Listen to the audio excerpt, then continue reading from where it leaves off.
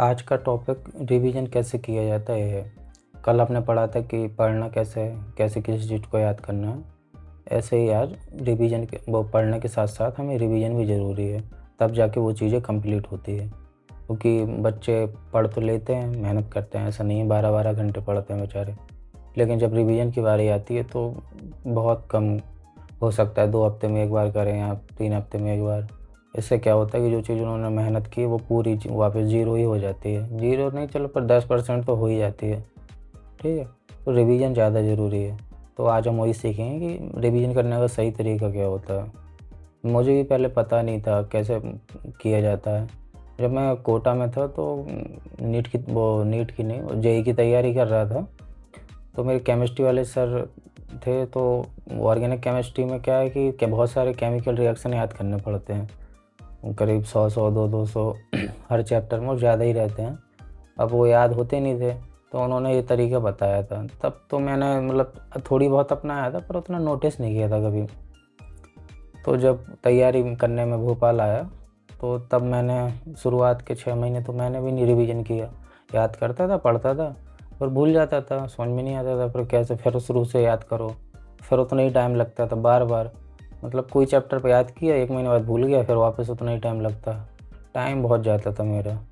तो फिर मैंने रिवीजन के लिए अलग से टाइम निकालना शुरू कर दिया। सुबह-सुबह उठता था तो सबसे पहला काम मेरा यही था। तो आप भी जब भी कुछ पढ़ो तो याद, आप टाइम टेबल बनाओ ना, तो रिवीजन के ना 2 या 3 घंटे निकाल लेना, ठीक है? 3 घंटे मान के चलो आपके रिवीजन के, अगर 1 घंटे में भी रिवीजन हो गया तो कोई बात नहीं, 2 घंटे फ्री रहना आप, बैठना, कोई दिक्कत नहीं है। क्योंकि सैटरडे तक आते-आते आपको 3 घंटे लग जाएँगे रिवीजन करने में। रिवीजन किसी भी तैयारी या फिर बच्चा जो भी पढ़ रहा है, 9th 10th 11th 12th किसी भी क्लास में है या फिर कॉलेज में है या तैयारी कर रहा है, बिना रिवीजन के तो आप कोई कहते हैं ना, रिवीजन प्रैक्टिस होती है एक तरीके की। जो चीज़ आप जितनी प्रैक्टिस करोगे वो चीज़ उतनी लॉन्ग टर्म तक आपके दिमाग में रहेगी। तो रिवीजन उसी तरह होता है पढ़ाई का। लोग जैसे कोई गेम खेलते हैं तो डेली प्रैक्टिस करने जाते हैं, ऐसा तो नहीं कि उनको आता नहीं है, लेकिन तब भी वो प्रैक्टिस करते हैं। उसी तरह की पढ़ाई में भी हमें बार-बार वो चीज़ करनी पड़ती है। धीरे-धीरे हम माहिर हो जाते हैं उन चीज़ों का।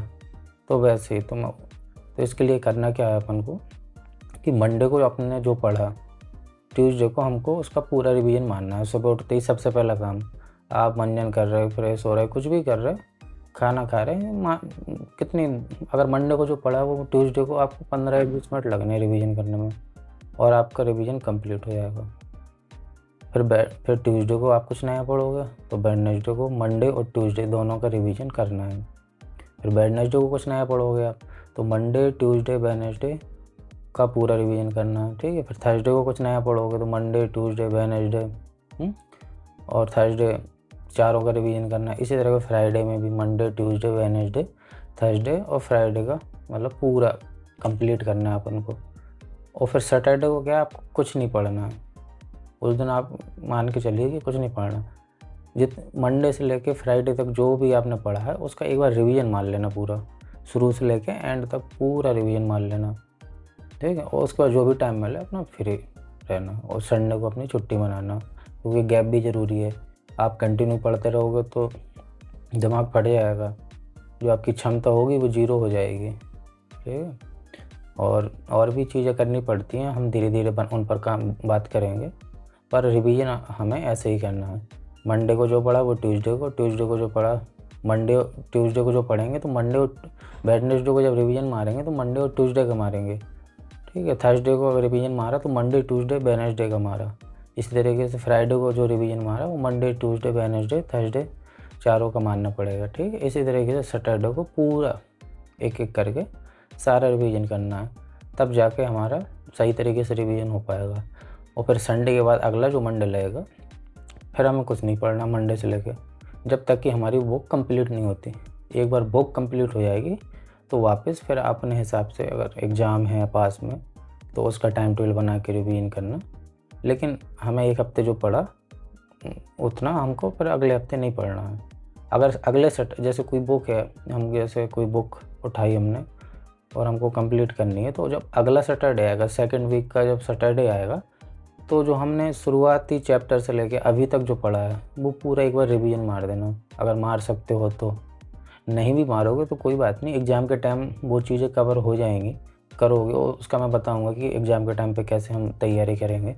2 महीने मिलते हैं हमें, 60 दिन, या कभी कभी 3 महीने मिल जाते हैं, इतना ही मिलता है। अब बच्चा क्या 2 या 3 महीने से ज़्यादा नहीं पढ़ सकता, इतना ही पढ़ पाएगा, वरना उसका दिमाग फिर काम करना बंद कर दे। कंटिन्यू तुमसे कोई बोले 1 साल 12 घंटे नहीं पढ़ पाओगे, 18 घंटे पढ़ते हो पर 12-18 बैठते तो हो, आउटपुट थोड़ा कम ही निकलता है।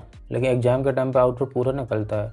अगर 15 बैठे तो करीब तुम 14 घंटे निकाल देते हो आउटपुट, तो वैसा है। तो दूसरे हफ्ते जो सैटरडे मिलेगा आपको, उस दिन अगर जो कोई बुक शुरू की हमने और मंडे से शुरू की ये थी, पिछले वाले मंडे से, तो उस मंडे से लेकर इस सैटरडे तक जो भी हमने पढ़ा उसको एक बार रिकॉल कर लेना। और पिछले हफ्ते के रिकॉल करने में हमें कम से कम कितने 10 मिनट ही जाएंगे, ज़्यादा से ज़्यादा, बस इससे ज़्यादा नहीं जाएंगे। ठीक है। और कम धीरे धीरे तो ये समय और कम हो जाता है, क्योंकि आप डेली रिवीजन करें, आपने 5 दिन रिवीजन किया कंटिन्यू, है ना, तो वो समय धीरे धीरे कम हो जाता है। जब आप 3rd वीक में पहुंचोगे तो पहले और दूसरे वीक में जो आपने पढ़ा, 3rd वीक के सैटरडे में आप पूरा एक बार रिकॉल कर लेना, आधा घंटे में वो भी कंप्लीट हो जाएगा। 1 महीने मुझे लगता है कोई भी बुक कंप्लीट हो जाती है, 1 या 1.5 महीने में। ठीक है। तो कभी लगे कि नहीं डाटा बहुत ज़्यादा हो गया है, तो फिर अगर आधा भी कर लिया इसमें जितना जैसे बताया, तो वो चीज़ें पर्याप्त होती हैं, क्योंकि अगली बार जब आप पढ़ोगे तो आपको उन चीज़ों में कम समय लगेगा।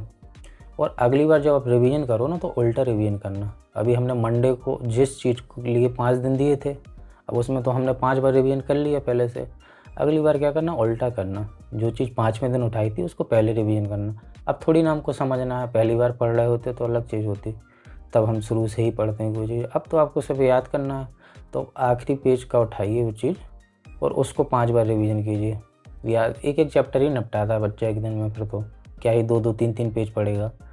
तो आप वो वाला चैप्टर उठाइए जो आपने 5वें दिन पढ़ा था, फ्राइडे के दिन, क्योंकि वो तो आपने 1 या 2 दिन रिवीजन किया है ना, या 3-4 बार तब किया होगा जब अगला सैटरडे आया होगा, उसके बाद नहीं किया होगा, उसका रिवीजन तो कम हुआ, उसको भी ज़्यादा करना है।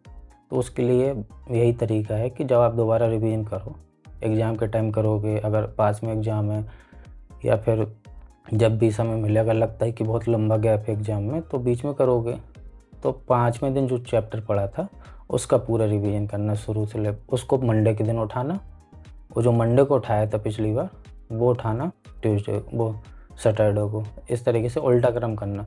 तो जो सैटरडे को हम 4-5 बार ही पढ़ पाए थे सैटरडे वाली चीज़, वो इस बार भी वो 10 बार हो जाएगी करीब।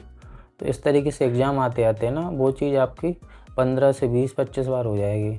और मुझे लगता है 25-30 बार है ना, अगर किसी चीज़ का रिवीजन कर लोगे तो वो चीज़ नहीं भूलेगी आपको आसानी से।